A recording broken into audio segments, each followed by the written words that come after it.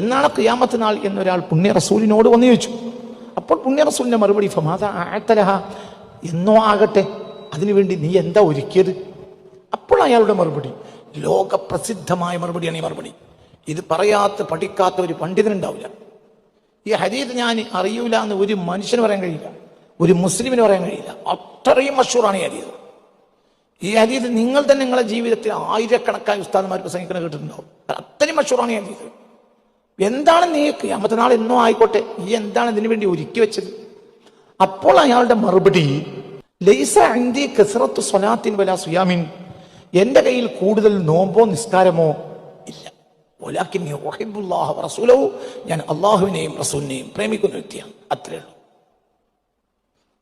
അപ്പോൾ നബി സല്ലല്ലാഹു അലൈഹി വസല്ലം മറുപടി അൻത മഅ മൻ അഹ്ബബ്ത, നീ ആരെ പ്രേമിച്ചോ അവരുടെ കൂടെ ആയിരിക്കും, പേടിക്കണ്ട.